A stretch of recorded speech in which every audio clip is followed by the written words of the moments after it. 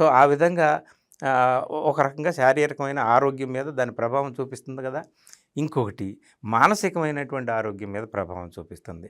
ఇవన్నీ శారీరకమైనటువంటి అనారోగ్యాలు రావడం వల్ల మానసికంగా కూడా మనిషి ఒక రకంగా అంటే ఇప్పుడు సైకోలాగా తయారైపోతాడనమాట. సో ఇది ఒక రకం.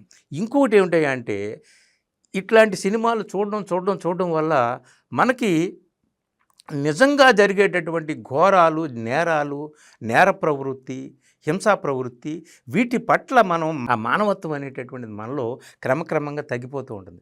సినిమాల్లో చూసి రోడ్డు మీద ఎవడన్నా కొడతా ఉన్నా సరే మనం పట్టించుకో, హాయ్ దురంధర్ సినిమాలు ఎంతకంటే బ్రహ్మాండంగా కొట్టారు కదా అనుకుంటాం.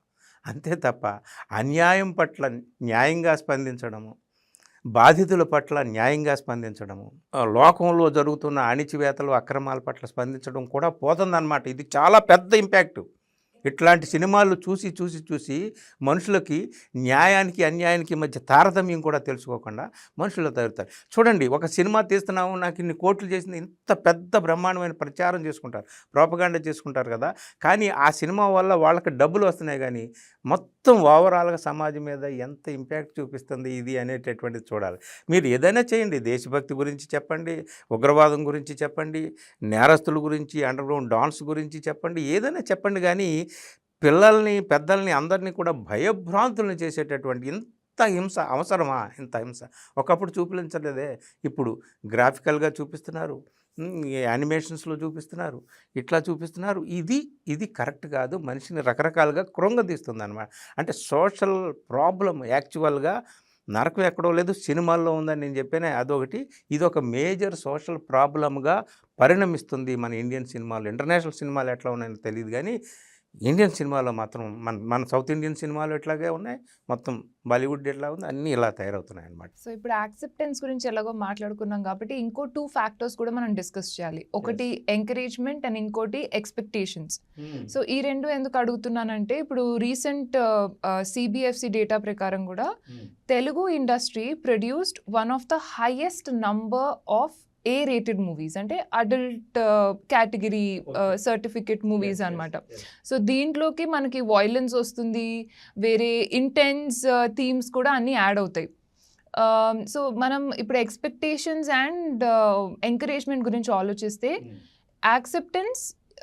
Acceptance and again expectations are interlinked. ఇప్పుడు ఒక్క సినిమా రాగానే దాంట్లో పెద్ద పెద్ద గన్స్, లేకపోతే ఒక ఇండస్ట్రియల్ సెటప్లో ఫైట్స్, ఇదివరకు ఫైట్స్ అన్ని కూడా ఓపెన్ గ్రౌండ్లో ఉండేవి. ఇప్పుడు ఒక ఇండస్ట్రియల్ సెటప్లో డిఫరెంట్ సెటప్స్ కూడా మారుతున్నాయి విజువల్లీ. సో ఇక్కడ ఆడియన్స్ ఎంకరేజ్మెంట్ వల్ల కూడా మనకి ఇదే జానర్లో మూవీస్ ఎక్కువ వస్తున్నాయని అనొచ్చా? అంటే ఇక్కడ ఒకటి, ప్రజలు చూస్తున్నారు కాబట్టి వాళ్ళ యాక్సెప్టెన్స్ ఉంది అని అనుకోకూడదు.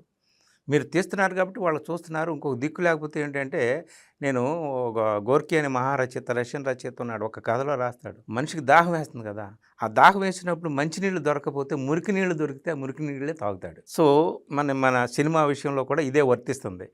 ఎందుకంటే ఇది తీస్తున్నారు, ఆ తీసేవాళ్ళు ఏంటంటే 100 కోట్లు ఖర్చు పెట్టి తీస్తున్నారు కాబట్టి వాళ్ళు తీసే విధానం అద్భుతంగా ఉంటుంది.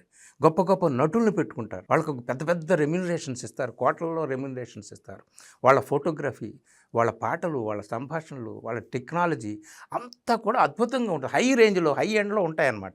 కాబట్టి ఆటోమేటిక్గా చాలా అట్రాక్టివ్గా ఉంటాయి ఆ సినిమాలు, అందుకని అందరూ చూస్తారు. సో చూడ్డాన్ని యాక్సెప్టెన్స్ అనుకోకూడదు.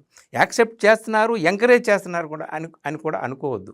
ప్రజల్ని మీ వద్దకు అలా లాగుతున్నారు, ప్రజల్ని ఆ విధంగా మీరు తయారు చేస్తున్నారు, ప్రజల్ని మీ సినిమాలు చూస్తున్నారు కాబట్టి వాళ్ళు యాక్సెప్ట్ చేస్తున్నారు, ఎంకరేజ్ చేస్తున్నారు అని అనుకోవద్దు అని నేను అంటానన్నమాట.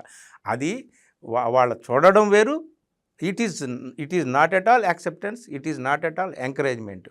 మీరు మంచి సినిమాలు, అద్భుతమైనటువంటి సినిమాలు వచ్చినాయి, మనకి ఎన్నెన్నో సినిమాలు, దేశభక్తి సినిమాలు ఏమండి, చాలా సోషల్ ఓరియంటెడ్ మూవీస్ వచ్చినాయి, చాలా మంచి మంచి సినిమాలు without any violence, any kind of violence.